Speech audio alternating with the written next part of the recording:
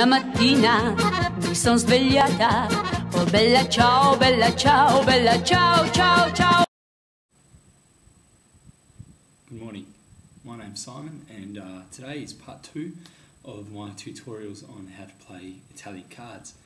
Today, yesterday we looked at Briscola. Today we're going to look at a more simpler game called Scopa, which is, I find, a really fun game, a really relaxing one, very different to Briscola. Of course, we need our pack of cards, the Modiano Napoletan pack that we use. And let's just go through the suits again, just to recap. We've got the bastone, which is the clubs. We've got the coppe, which is the cups. We've got the spade, which is the swords. And we've got the denari, which is the sons or the coins. Give you an example. Bastone is a club. Denare is a sun. Coppe, cups. And spade is swords. Okay, so straightforward stuff. Right, Scopa is a really fun game. It's anywhere between 2 to maybe 4 players. You can play with more, but it gets a bit, it gets a bit ridiculous that way. Basically, the aim of the game is to be the first to reach 11 points, and you do this in a certain number of ways.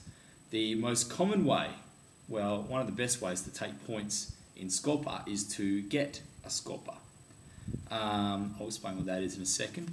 Another way is to be the player to get the most sevens, the prime, to be the player to get this card, the sette bello, which is the sun, the denari 7, okay, the sette bello. The player who has the most cards, you get a point for that as well. And the player to get the most denari, so the most of these out of the pack, you need about 6 of them to get the most, okay, you get a point that way. First to reach 11 points, so you play a number of rounds until one player reaches 11 points. Okay. Another variation on that I play with my cousins is that you have to win by 2 points. So if you reach 11 and the other player has 10, you've got to play another round until you win by more than 2 points. Okay. Anyway, basically the players get 3 cards each. Now I'm going to move this down now so you guys can see what's going on. Okay, cool. All right. So basically, let's say we're playing with 2 players. You get 3 cards each, and in the middle go 4 cards. Alright, now the way to take cards, there's a number of ways to take cards. You can basically have the same number of a card, so if I have a 4, I'm going to end up taking this card here if I have another 4 of another suit. Or let's say, for instance, there's a 4 here, there's a 2 here and a 2 here, adds up to 8. If I have an 8, then I can take 3 of those cards. Now, let me explain first of all. Remember that A, the king? He's worth 10. Remember the fante, the jack? They're worth 8. And remember the cavallo from yesterday, the guy on the horse? He's worth 9. Okay? So if I had a fante, I could take these 3 cards right now. Okay? Let's say I did have a fante, right? And I took those cards. I'm taking 3 of the cards that add up to 8. The other player, let's say the other player has another king, and there's a king here, it's the last card left. If a player took that king, that is known as Scopa, and that's a point. That's what the game's named after, so that's a point. So let's say, for instance, if the player got all the cards, got the denari, got the sette bello, okay, and the prime, all the 7s, plus 1 Scopa in 1 round, they get 5 points, okay? So they're almost halfway there, all right? You can get heaps of Scopa in a game, depends on how the game is being played, okay? But as far as the basic points go, there's up to 4. The denare, okay, there's the sette bello, the prime, and getting the most cards. And there's 40 cards in a pack, so if you get 21, you've got the most, okay? You can draw these as well. 2 players can get 2 7s each, and you draw that, so you don't get a point. 2 players can get 20 cards each, you draw that, don't get a point. You can get 5 denari each, draw that, no points. Okay? One player's always got to get the sette bello though, so that's a point guaranteed to one of the players in one game. So you will never go one game without no one getting a point. Okay? So let's play this again.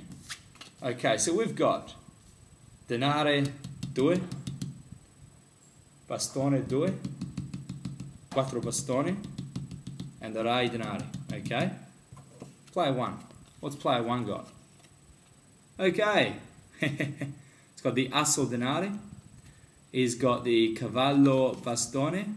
And he's got the coppa quattro. Okay. Alright. What's he going to do? What I would do is I would probably just take the 4.